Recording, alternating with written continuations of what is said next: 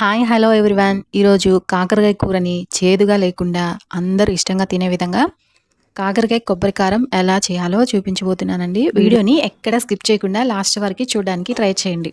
ఈరోజు కాకరకాయ కొబ్బరి కారానికి నేను ఇక్కడ కేజీ వరకు చిట్టి కాకరకాయలు అయితే తీసుకున్నానండి.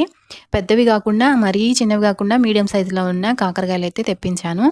ఇక్కడ కాకరకాయని పైన స్కిన్ మొత్తం ఇలా చాకుతో అన్ని కూరలు ఇష్టంగా తినేవాళ్ళు కాకరకాయ కూర వచ్చేసరికి చేదుగా ఉంటుందని చేయడానికి ట్రై చేయరు, అలానే తినడానికి కూడా ఇష్టపడరు చాలా మంది. దూరంగా పారిపోయే వాళ్ళకి ఒకసారి అలానే ఇలా చేసి పెట్టండి. ముందుగా ఇవైతే కట్ చేసుకుని మొత్తం తొక్కులన్నీ తీసేసుకుని వీటిని శుభ్రంగా నీటితో అయితే కడుక్కోవాలి. వాటర్తో ఫస్ట్ క్లీన్ చేసుకున్న ఇవి తొక్కు తీసినప్పుడు కూడా కొంచెం వాటర్ ఎక్కువగా వేసుకొని క్లీన్ చేసుకోవడం వల్ల కొంచెం చేదైతే తగ్గుతుందండి. ఇలా మొత్తం అన్నిటికీ తొక్కు తీసుకుని పక్కన పెట్టుకున్నాక కాకరకాయలకి 4 వైపులు అయితే ఘాట్లు అయితే పెట్టుకోవాలి. కాకరకాయల లోపల ఉన్న గింజలు మీకు ఇష్టమైతే ఉంచుకోవచ్చు, మీకు ఇష్టం లేకపోతే గింజలు కూడా తీసివేసుకోవచ్చు. గింజలు మొత్తం తీసేసుకున్నాక 4 పక్కల ఘాట్లు అయితే పెట్టుకోవాలి చాకుతో. ఇలా చాకుతో ఘాట్లు పెట్టుకోవడం వల్ల మసాలాలంతా కాకరకాయలోకి వెళ్తుందండి. కొంతమంది స్టఫింగ్ కూడా పెట్టుకుంటారు. స్టఫింగ్ లేకపోయినా కూడా చేదనేది అస్సలు రానే రాదు, చాలా టేస్టీగా కూడా ఉంటుంది. కాకపోతే కొంచెం టైం అనేది ఎక్కువ తీసుకుంటుంది, ప్రాసెస్ అనేది కొంచెం లేట్గా ఉంటుంది. అలానే హై ఫ్లేమ్లో పెట్టేసి మార్చేసుకుంటే అంత టేస్ట్ అనేది ఊరబెట్ట అవసరం లేదు, మజ్జిగలో నానబెట్ట అవసరం లేదు. ఏది లేకపోయినా చేదనేది లేకుండా కమ్మగా అయితే కడుపు నుండి అయితే తినేయచ్చు కాకరకాయ ఫ్రైని. ఫస్ట్ ఇవన్నీ క్లీన్ చేసుకుని ఘాట్లు పెట్టుకుని పక్కన పెట్టుకోవాలి. నెక్స్ట్ అయితే వీటి కోసం కాకరకాయ ఫ్రై అంటే అంత ఇష్టం ఉండకపోయినా కూడా నేనైతే ప్రతిసారి ఇలా అయితే చేసి పెడతాను.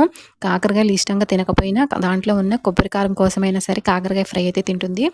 ఫస్ట్ ఇక్కడైతే స్టవ్ అయితే ఆన్ చేసుకుని బాండి పెట్టేసుకుని ఆయిల్ వేసుకోవాలి. ఆయిల్ కొంచెం ఎక్కువే పడుతుంది.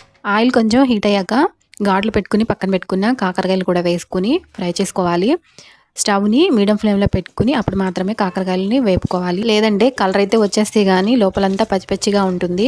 మీడియం ఫ్లేమ్లో పెట్టుకుని నిదానం స్లోగా అయితే ఫ్రై చేసుకోవాలి. ఇవి ఫ్రై అవుతూ ఉండగానే దీంట్లోకి కావాల్సిన కొబ్బరి కారాన్ని కూడా ప్రిపేర్ చేసుకోవాలి.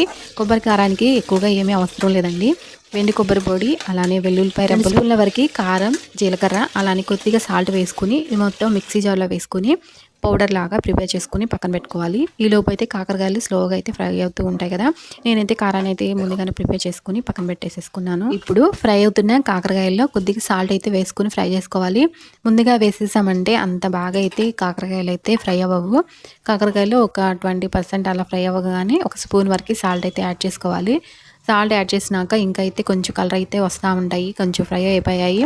ఇప్పుడు ఫ్రై అయ్యాక దీంట్లో అయితే కొంచెం పచ్చిపప్పు, జీలకర్ర, ఆవాలు, అలానే కొద్దిగా కరివేపాకు వేసుకొని అయితే కొంచెం గోల్డెన్ కలర్ వచ్చే వరకు వేపుకుంటూ ఉండాలి. ఇదంతా ఈ ప్రాసెస్ అంతా ఇప్పుడు సిమ్లో పెట్టుకుని చేసుకోవాలండి. కాకరకాయల్ని రౌండ్గా సర్కిల్స్ లాగా కట్ చేసి ఫ్రై చేసుకోవడం కన్నా ఈ విధంగా ఫుల్గా ఉన్న కాకరకాయని ఫ్రై చేస్తేనే చాలా రుచిగా అయితే అనిపిస్తుంది నాకు.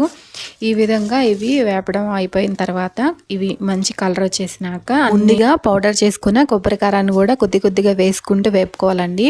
ఇక్కడ గుర్తుంచుకోవాల్సిన విషయం ఏంటంటే కొబ్బరి కారం వేసుకున్నాక జస్ట్ ఒక 5 మినిట్సే వేపుకోవాలి. నెక్స్ట్ ఇంకా ఎక్కువసేపు ఉంచామంటే కారం అనేది మాడిపోతుంది. కొబ్బరి వేసాం కాబట్టి ఎక్కువసేపు ఉంచితే మరి అడుగంటికి పోతుంది కాబట్టి జస్ట్ 5 మినిట్స్ పచ్చివాసన పోయేంత వరకు వేయించుకుని ఇంకా స్టవ్ అయితే ఆఫ్ చేసేసుకోవాలండి. అంతేనండి, ఎంతో టేస్టీగా ఉండే కాకరకాయ కొబ్బరి కారం అయితే రెడీ అయిపోతుంది. ఇది ఫ్రిడ్జ్లో పెట్టుకుపోయినా అలానే బయట ఉంచిన అస్సలు పాడవదు, ఎక్కువ రోజులైతే నిల్వ ఉంటుంది. మరి కాకరకాయ రెసిపీ కనుక మీకు నచ్చితే చిన్న లైక్ చేసి ఛానల్ని సబ్స్క్రైబ్ చేసుకుని ఛానల్ని ఫాలో అయ్యి సపోర్ట్ చేయండి. Thank you for watching.